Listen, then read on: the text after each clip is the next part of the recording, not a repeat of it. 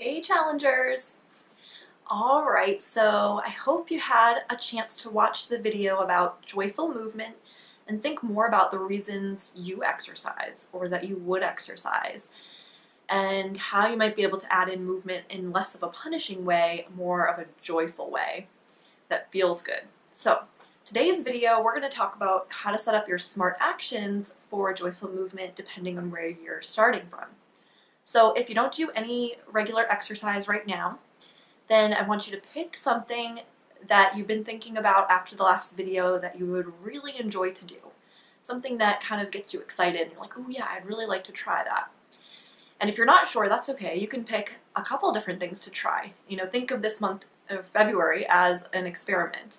So you get to try a whole bunch of new things. But how to make this into a smart action, you want to pick something that you can easily get started with. So maybe you've always wanted to try yoga. Now there's lots of free beginner yoga classes that you can do online. So maybe you decide, okay, yeah, I don't mind working out at my home. It's easy for me to get it done there. So pick a few times a week, and this is where you kind of want to look at your schedule and pick something that's doable for you. How many days a week do you want to do this? How many days a week do you think it's attainable for you to do this? So you might want to spend some time looking at your schedule for the month of February and set yourself out a number of times a week you want to do this. So maybe you say, okay, 3 days a week I'm going to do a 10-minute yoga class in my living room. And maybe, if you really prefer doing things with other people, you could pick a class that you could go to. So pick something that's going to work for your schedule and then actually get it scheduled in your calendar. And that's going to help you remember, and it's going to help you not schedule other things around that so it gets crowded out. So make sure you set that in your schedule ready to go. Now it can be tempting when you're first starting out to want to, try everything all at once and just get going right off the bat. Every single day I'm going to do an hour yoga class. But I wouldn't recommend starting that way. So remember the A in the SMART action, that attainable. And remember, if you have my email, you saw the video on how to make sure your SMART action is attainable. So if you have that, go back and watch that and make sure you pick an attainable goal or action for this month.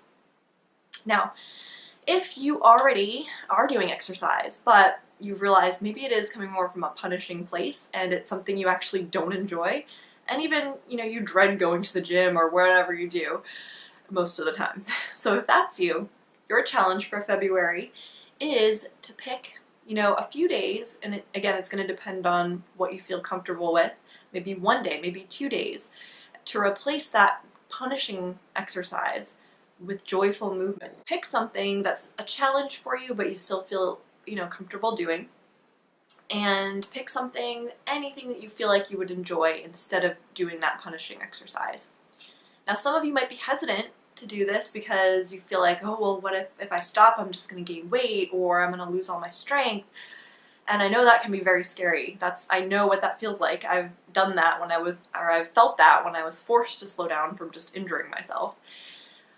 But think of this like an experiment. If at the end of the month you've tried some joyful movement in place of your punishing movement and you hated it and it was terrible, then you can always go back to doing that same schedule. So think of it as an experiment. And the other thing to keep in mind is if you're constantly pushing your body and punishing it and hating what you're doing, you're really putting your body in a big stress response. And what that stress response does is it sends out hormones to tell your body to not build muscle, not lose weight, store fat, especially around the belly area. So if you're constantly under this stress too much, then you're actually going to get the exact opposite results of why you think you're working out in the first place, right? So your challenge is to replace some of the punishing exercise with some joyful movement exercise. Now, if you're somebody who already loves what they do and you're doing joyful movement and it energizes you and you love doing it, then that's awesome. But you can still participate in this challenge because your challenge will be to either try something new, a new movement that you maybe always wanted to try but never really made the time for, or pick a skill in your current movement that you can improve on or work on.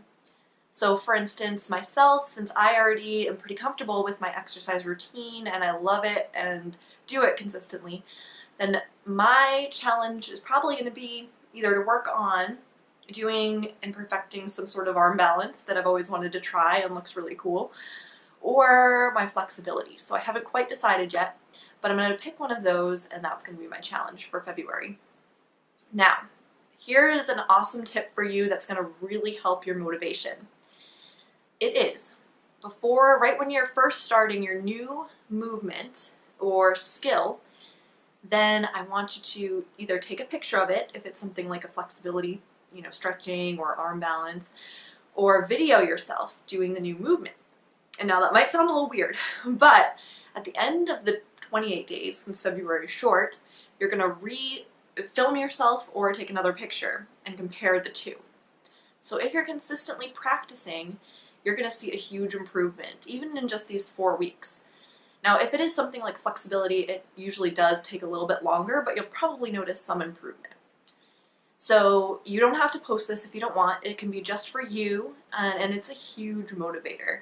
I'm going to do this for mine as well, so I'm going to probably be falling all over the place in my first video, and hopefully by the end I'll be able to do it much, much better. Now, anytime you start a new exercise or skill with your body, it's always a good idea to do this kind of before and after, because it can really capture the difference, where you probably won't see it on a day-to-day basis. But if you look from where you started and then, a month or even 2 months or 3 months down the road, seeing that huge improvement is really going to help you stay motivated to continue. So that's my tip for you. And that's it for this video. So thanks for watching.